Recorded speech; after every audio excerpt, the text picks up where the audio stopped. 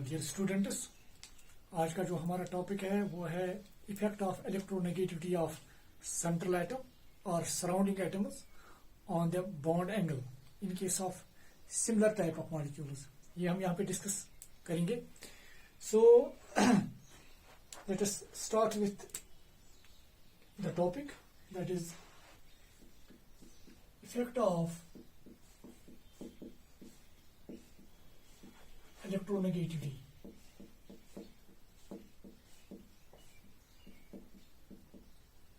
Effect of electronegativity of central atom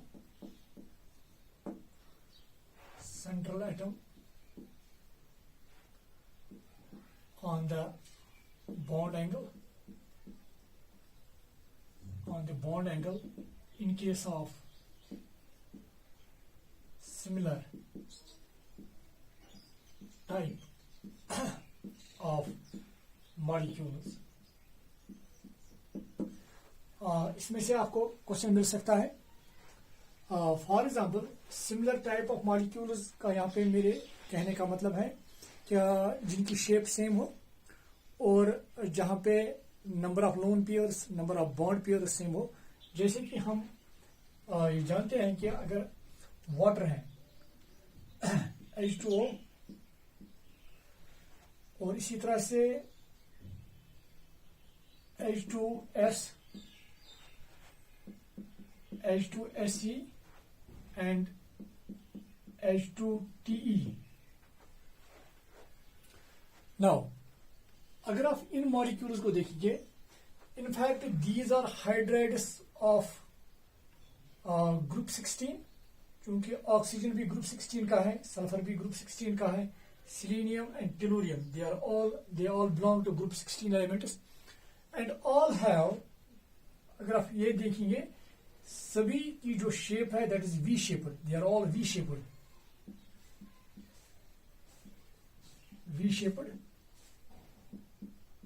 और हम bent shape भी इसको बोलते हैं और बेंट शेप्ड।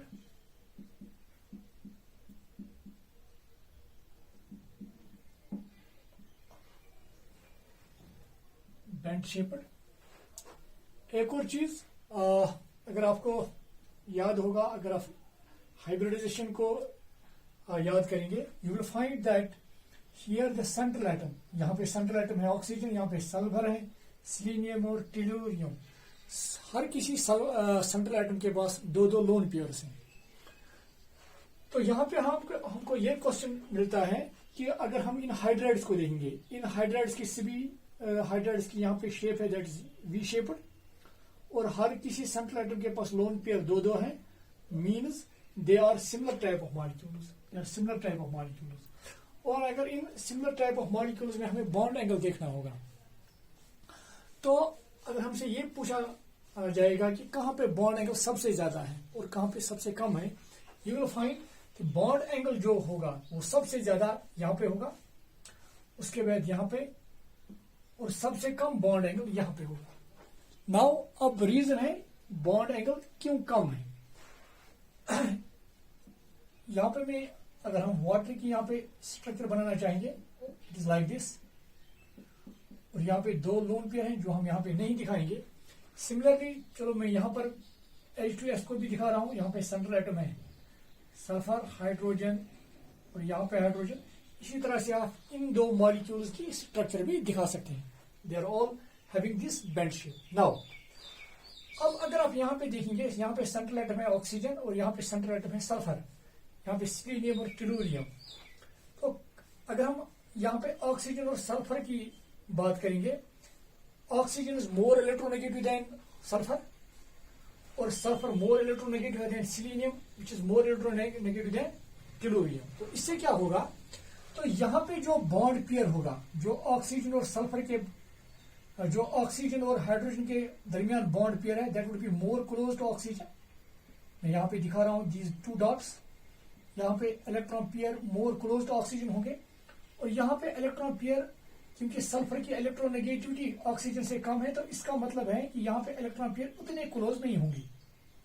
देखिए आप, जितने इलेक्ट्रॉन पेयर क्लोज है टुवर्ड्स द सेंट्रल एटम। तो सेंट्रल एटम की तरफ जितने इलेक्ट्रॉन पेयर होंगे, बॉन्डिंग इलेक्ट्रॉन पेयर, तो उसकी वजह से ये एक दूसरे के नजदीक ज्यादा आ जाएंगे, और जितने ये एक दूसरे के नजदीक आ जाएंगे रिपल्शनस बढ़ जाएगी, और जितनी रिपल्शनस बढ़ जाएगी बॉन्ड एंगल इंक्रीज होगा। तो अगर यहाँ पे बॉन्ड पेयर जो है वो सेंट्रल एटम से थोड़ा दूर है, तो ऑटोमेटिकली यहाँ पे अगर आप देखेंगे यहाँ ये बॉन्ड पेयर सेंट्रल एटम से दूर है, और सेंट्रल एटम से दूर होने पर ये एक दूसरे से भी दूर है, तो जिसकी वजह से यहाँ पे रिपल्शन उतनी स्ट्रांग नहीं होगी जितनी यहाँ पे होगी। और अगर यहाँ पे रिपल्शन ज्यादा स्ट्रांग नहीं है, तो इसका मतलब यहाँ पे बॉन्ड एंगल जो होगा वो कम होगा। सिमिलरली यहाँ पे सिलीनियम की इलेक्ट्रोनेगेटिविटी इससे भी कम है, तो यहाँ पे इलेक्ट्रॉन पेयर सिलीनियम से भी बहुत ज्यादा दूर होगा। और जैसे कि मैं यहाँ पे दिखाना चाहूंगा, लाइक दिस, आप समझो यहाँ पे इलेक्ट्रॉन पेयर यहाँ पे है, तो अगर इलेक्ट्रॉन पेयर दूर है, तो ये अगर इलेक्ट्रॉन पेयर सेंट्रल एटम से दूर है, तो इसका मतलब ये आपस में भी बहुत दूर है। तो अगर ये आपस में भी बहुत दूर है तो रिपल्शन बहुत कम होगी, तो रिपल्शन बहुत कम होने की वजह से यहाँ पे बॉन्ड एंगल सबसे कम होगा। तो यही वजह है कि आप देखेंगे यहाँ पे बॉन्ड एंगल सबसे ज्यादा है, यहाँ पे कम, इससे कम, और यहाँ पे सबसे कम।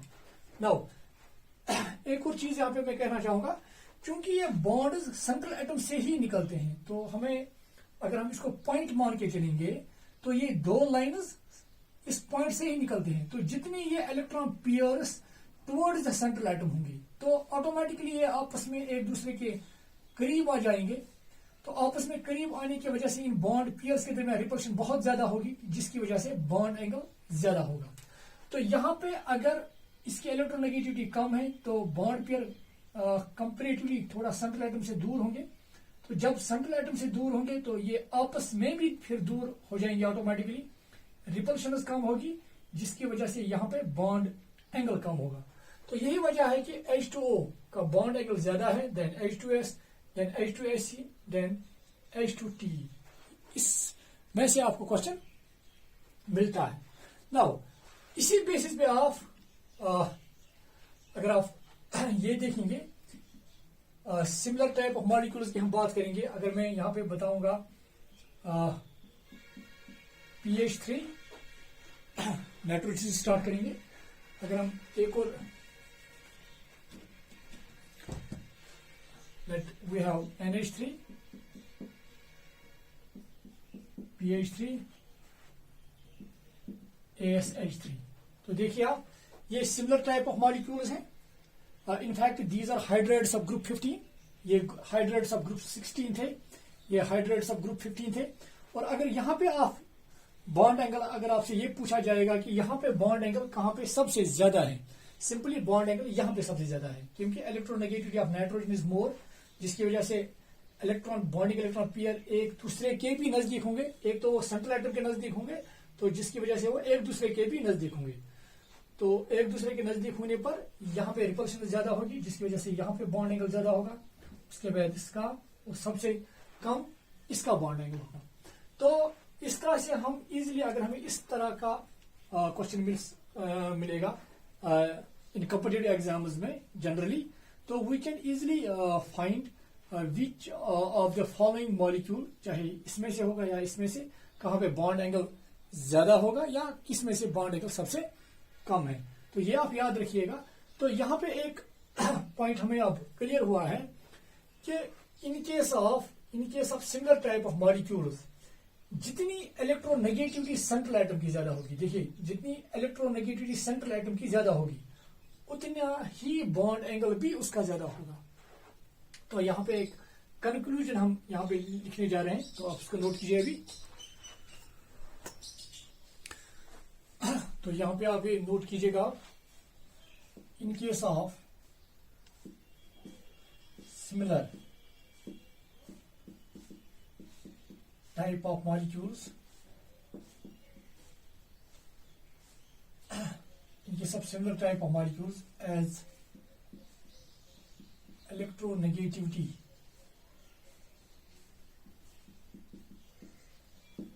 of central atom atom increases, bond angle also increases.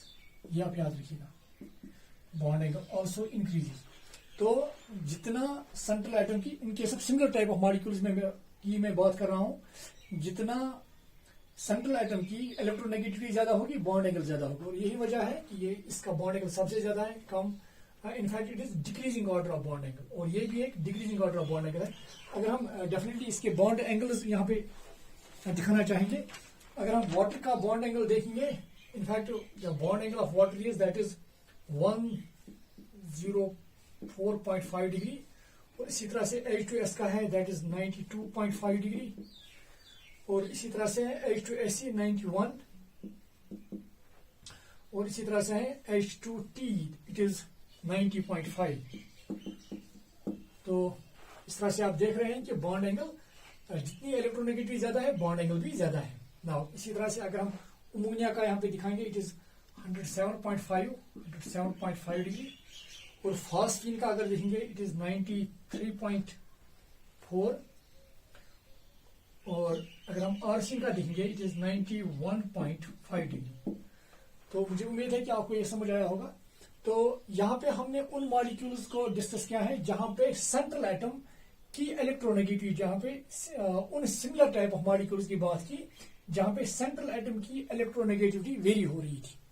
Now अब हम उन मॉलिक्यूल्स की बात करेंगे जहां पे सेंट्रल एटम सेम होगा, मगर जो सराउंडिंग एटम्स हैं उनकी इलेक्ट्रोनेगेटिविटी चेंज होगी. तो उससे क्या होगा बॉन्ड एंगल में, देखिए आप चीजें नोट कीजिए. अभी अब देखिए आप,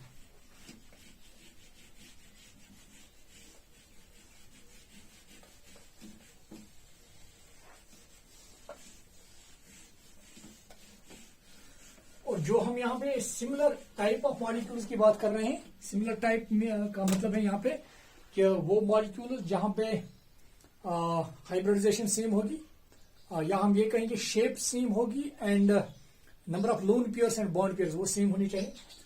नाउ एक और effect of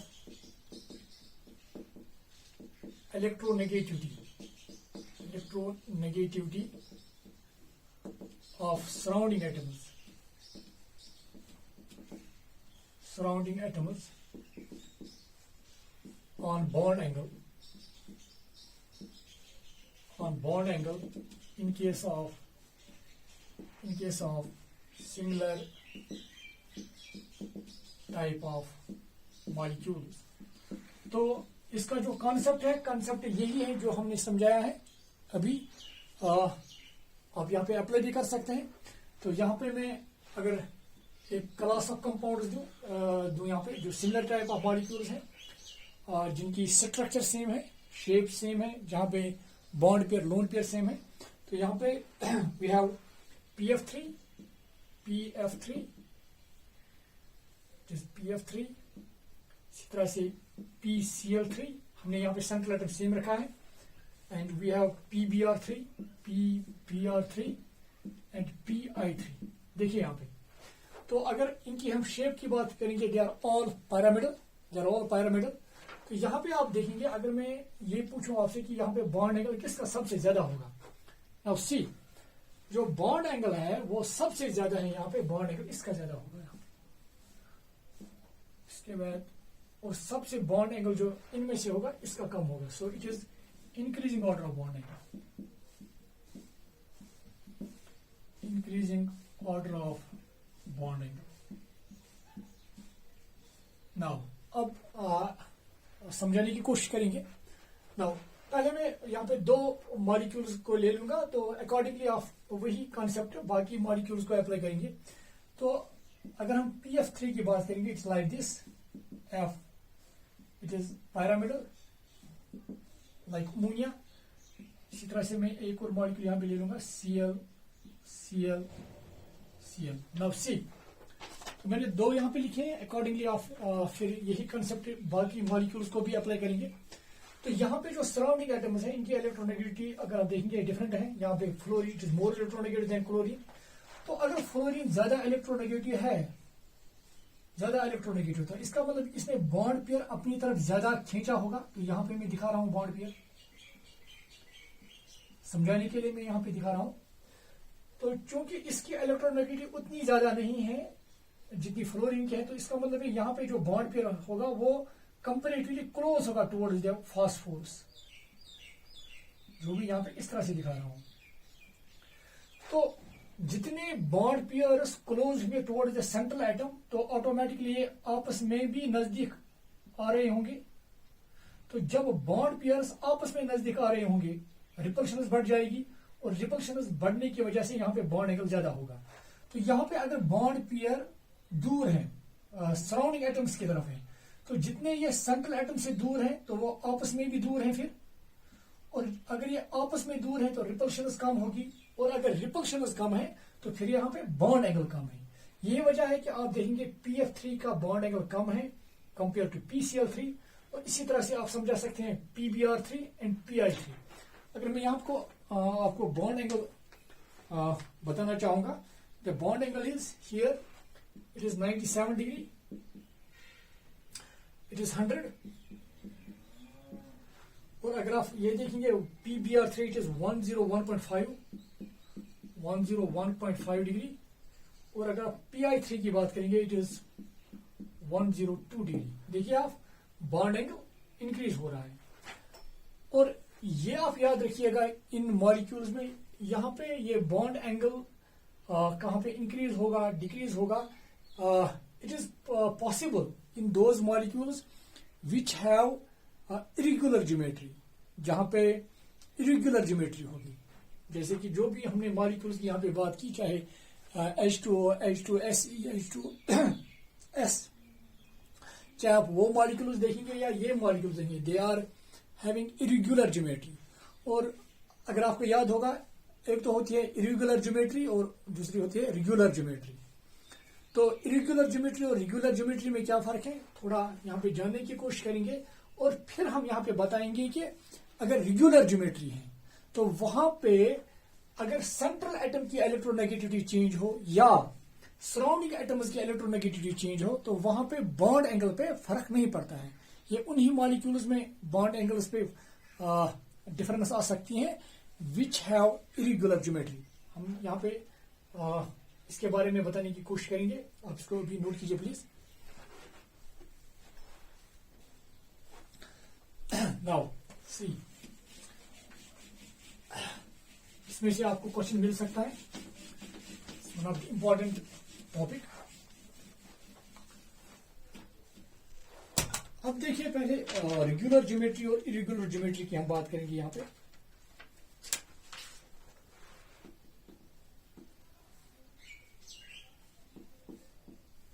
molecules having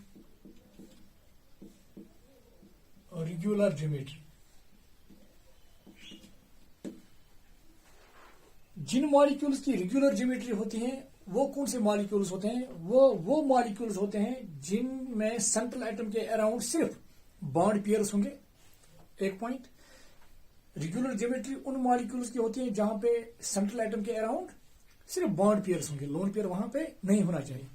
and और जो उसके सराउंडिंग एटम्स होंगे, जो सेंट्रल एटम के सराउंडिंग एटम्स होंगे, वो सिमिलर होने चाहिए।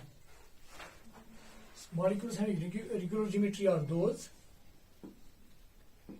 which have only bond pairs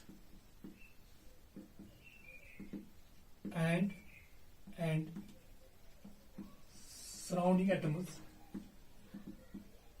should be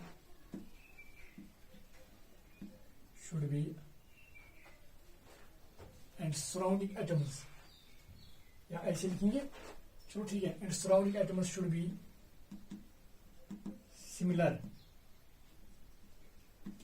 around the central atom, जैसे कि CH4 है, यहां पे लोन पेयर कोई नहीं है, और जो यहाँ पे सेंट्रल एटम है दैट इज कार्बन, और सराउंडिंग एटम है यहाँ पे क्या है, हाइड्रोजन।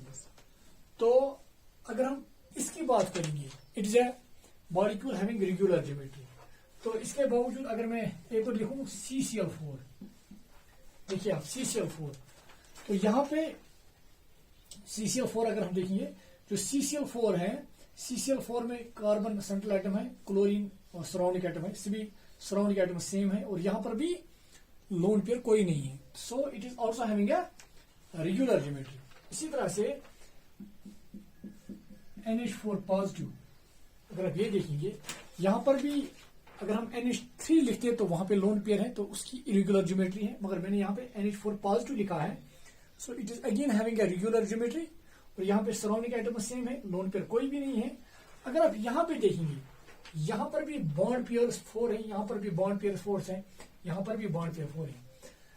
अगर आप पहले हम इन दो की बात करेंगे, अगर यहाँ पे देखेंगे आप, जो सराउंडिंग एटम है, यहाँ पे सराउंडिंग एटम है क्लोरीन और यहाँ पे हाइड्रोजन, और यहाँ पे हम वो कंसेप्ट अप्लाई नहीं करेंगे कि यहाँ पे क्लोरीन इज मोर इलेक्ट्रोनेगेटिव, तो इलेक्ट्रॉन पेयर क्लोरीन की तरफ आ जाएगा, तो जिसकी वजह से यहाँ पे बॉन्ड एंगल जो होगा वो बॉन्ड एंगल रिपल्शन फिर यहाँ पे कम होनी चाहिए, तो यहाँ पे रिपल्शन तो बॉन्ड एंगल इसका कम होगा और इसका ज्यादा होगा, ये नहीं होगा, ये नहीं है, बल्कि इसको और इसका बॉन्ड एंगल सेम है, they are same bond angle, और इसका भी बॉन्ड एंगल सेम है। अगर आप NH4 पॉजिटिव की बात करेंगे, and that bond angle is 109 degree in 28 minutes. याद रखिएगा आप, मॉलिक्यूल्स, याद रखिएगा, मॉलिक्यूल्स हैविंग रेगुलर ज्योमेट्री और those which have only bond pairs and surrounding atoms should be similar around the central atom, और वहां पे जो बॉन्ड एंगल होगा, अगर आप उन मॉलिक्यूल्स की बात करेंगे जहां पे बॉन्डिंग पेयर सेम होंगे, बॉन्डिंग पेयर सेम होंगे, और जो सराउंडिंग एटम्स है वो सेम होंगे, जैसे कि इन मॉलिक्यूल्स को मैंने यहाँ पे दिखाया है, या इवन आयन भी मैंने यहाँ पे यूज किया है, तो यहाँ पे बॉन्ड एंगल सेम है। तो इसी तरह से अगर एक और यहाँ पे एग्जांपल लेना चाहेंगे, जैसे कि BF3 और BCl3 या BBr3, अगर आप यहाँ पे देखेंगे, इसका बॉन्ड एंगल 120 है, यहाँ पर भी 120 है और यहाँ पर भी 120 है, और है बॉन्ड एंगल 120। अब रीजन मैंने अभी बताया कि रीजन क्या है, they are again molecules having regular geometry. यहाँ पे कोई लोन पेयर नहीं है, यहाँ पर भी कोई लोन पेयर नहीं है, यहाँ पर भी कोई लोन पेयर नहीं है, और जो सराउंडिंग एटम्स है यहाँ पर भी सिमिलर है, similar, that is why the bond angle is same, that is 120। In fact अगर आप AlCl3 लेंगे, AlCl3 that is also having no bond pair, no this lone pair, only 3 bond pairs, और surrounding atom same है, इसका भी bond angle 120 ही है, ये आप याद रखिएगा। और अब वो मॉलिक्यूल्स जिनकी इरेगुलर ज्योमेट्री होती है, या उनकी या उन मॉलिक्यूल्स के पास bond pair as well as lone pairs होते हैं, या उनके सराउंडिंग एटम्स वो सिमिलर नहीं होंगे, या इन दो में से अगर एक भी होगा, then the molecule would be having irregular geometry. अगर दोनों है तो उन मॉलिक्यूल्स की हम इरेगुलर ज्योमेट्री ही मानते हैं। जैसे कि यहां पे लिखना मैं चाहूंगा,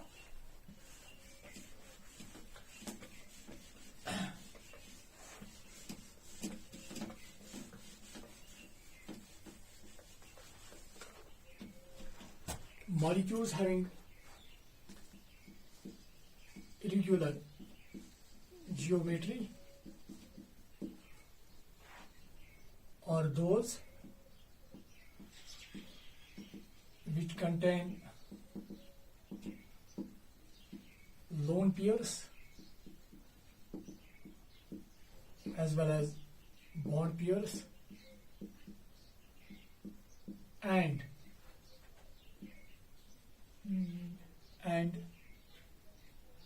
central